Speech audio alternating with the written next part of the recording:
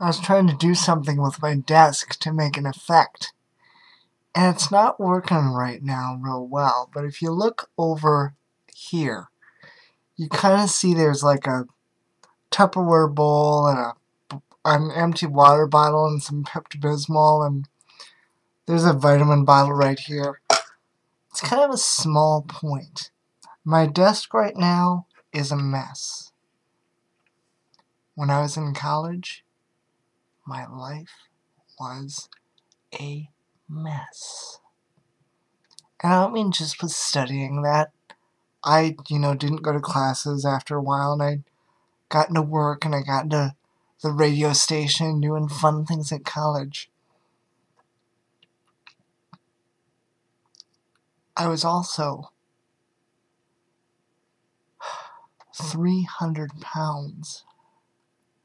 394, to be exact. I don't have pictures like some of you do because I didn't like that person. And as much as I talk about, loving yourself and wanting to know who you are and look at who you were to learn to love who you are and love that person that you were, and that's how you get through it, even if you're still overweight and you're getting your weight down. It's about loving yourself in processes. I can't even fathom that guy anymore. But now I want to tell you how I got that guy to be this guy, who is admittedly probably underweight. I have issues with food, and that is how I got as big as I got. But I don't want to make this video too long, and I have a clock in my left-hand corner now of my webcam, and I never used to. So now I have to be more accountable with my words, at least to myself. I had a friend in college who was in a car accident, and the part of his brain that was affected was the part that regulated that recognized when he was full. And we ate together a lot. And we would eat quite a bit. And he would get sick. And he'd have to excuse himself, and sometimes he couldn't make it, but he would get sick everywhere. And I mean, we did a lot together. We walked to classes, even though I didn't have good leg strength back then. I wasn't real stable. I risked it because I wanted to be not normal, but I wanted to do what exercising I knew I could. I had one of those motorized scooters that you can just, the wind blew through my hair, which I had back then. But so we were walking, towards our classes, and we eventually veered off. But before we veered off, we talked about a lot of things together. And one day he said to me 3 words that a lot of people, having weight journeys before have said to themselves or to other people. What's your excuse? And I stopped in my tracks and I thought, how dare you? How dare you ask me what my excuse is? You had a brain injury. That's your excuse. And that's great.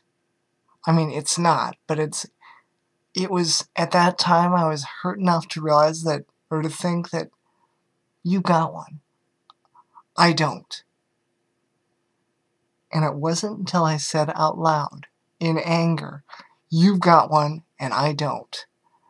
That was more about me than him. And why am I pointing to you? But hopefully, long story short, I don't know where he is anymore. I'm going to call him Brian just for the sake of referral. I mean, I know he's not out there watching this. But I often think about Brian a lot. I don't know if he got surgery. I don't know if because I don't know the things with medical sciences and neurology and neurosurgery, even though I've had shunt surgeries for my neurological issues. I don't know where science goes with the parts of your brain that regulate, impulse control and certain things. So, but I got counseling. Now, before anyone wonders, well, you're saying I need that? Absolutely not. On my journey with food that I still am on today, I will never say to somebody, well, how come you chose surgery? How come you chose this? How come you do that? I have never been in your shoes. I would never even try your shoes on to say that they fit or don't fit. I will also never claim to have walked your path. I've often said, I've seen where your footprints are, because I believe in what you say, that I understand in my own way what it's like to deviate from the path, whether it's due to, fear, or just having like maybe a night where you do something and you eat something and you go,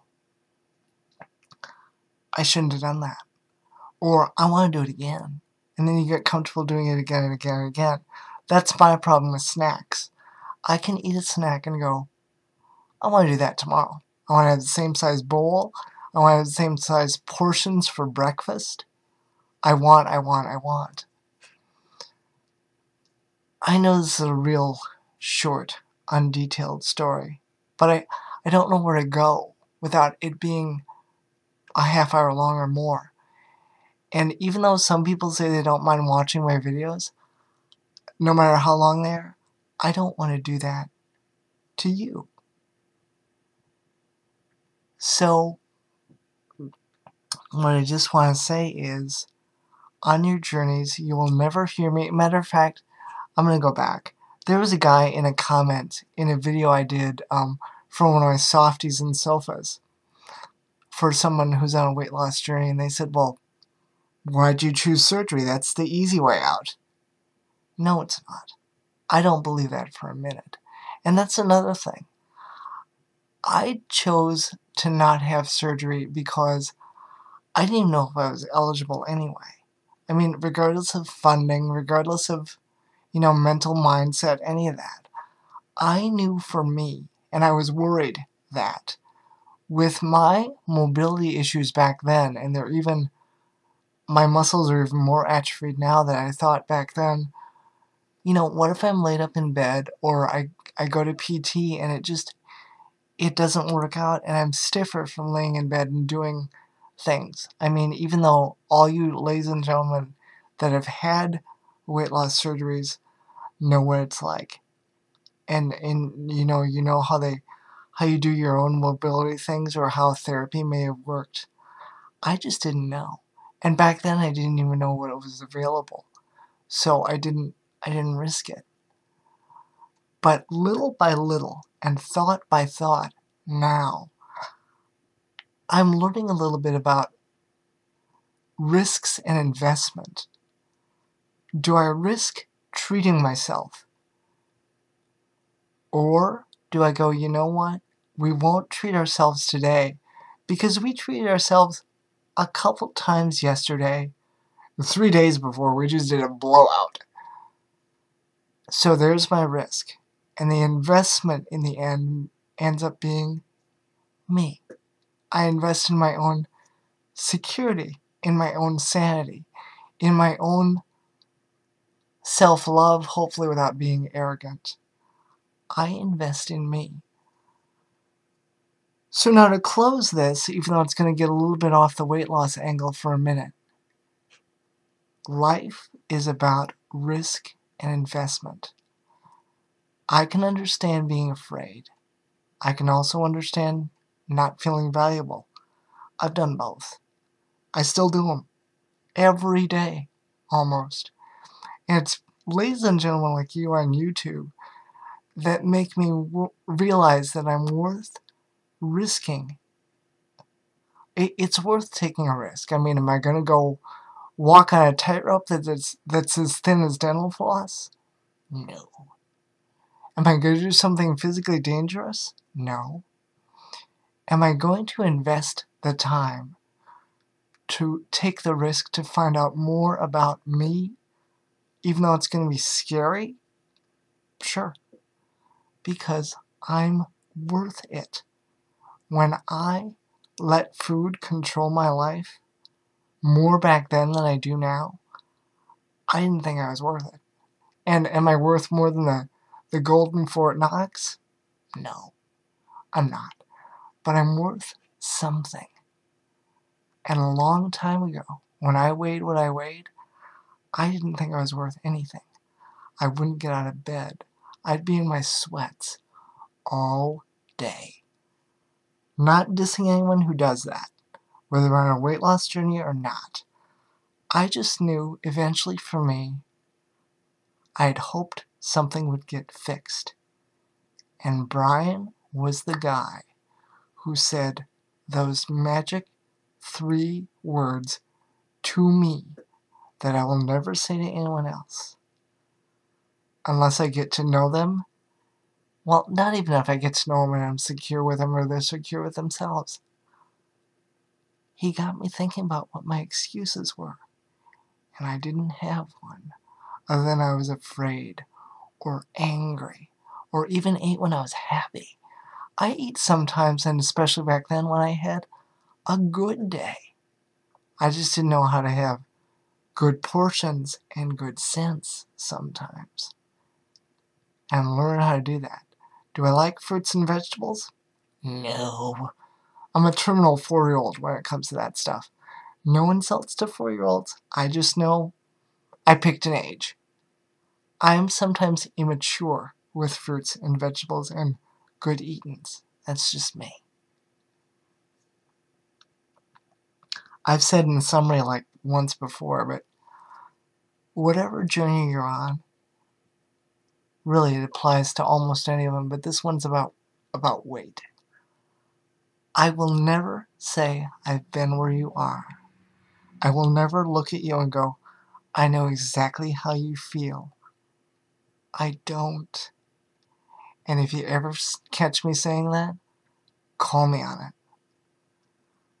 But I do know what it's like to struggle and feel unloved and lack the worthiness and sometimes self-esteem that makes me go, you know what, damn it, my crap may still stink, but I'm not as bad as I once thought I was.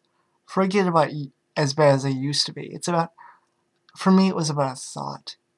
It's about thinking I wasn't worth all those things. And sitting in my sweats all day. Eating and watching TV and doing nothing. Eventually I got my brain and heart, with actually a lot of help, up off their butts. And decided, you know what? Physical stuff might be difficult. But with other people's help, the emotional stuff is going to come. They're going to invest in me. And they believe I'm worth the risk. But do I? Back then, the answer was no. Now, the answer is more than it was 20 years ago. It's not really a full yes yet. I'm like at 98%. Are you on a weight loss journey? Are you doing it? Are you doing your best? I'll bet you are. But if you don't think you are, is it because you don't feel like you're worth risking the time? Or are you not worth risking and or investing the effort? I'm going to tell you something. I've watched a lot of your journeys, and you know what? You're worth both. That's all I got. 14 minutes and 40 seconds of your lives. I hope I didn't waste any time.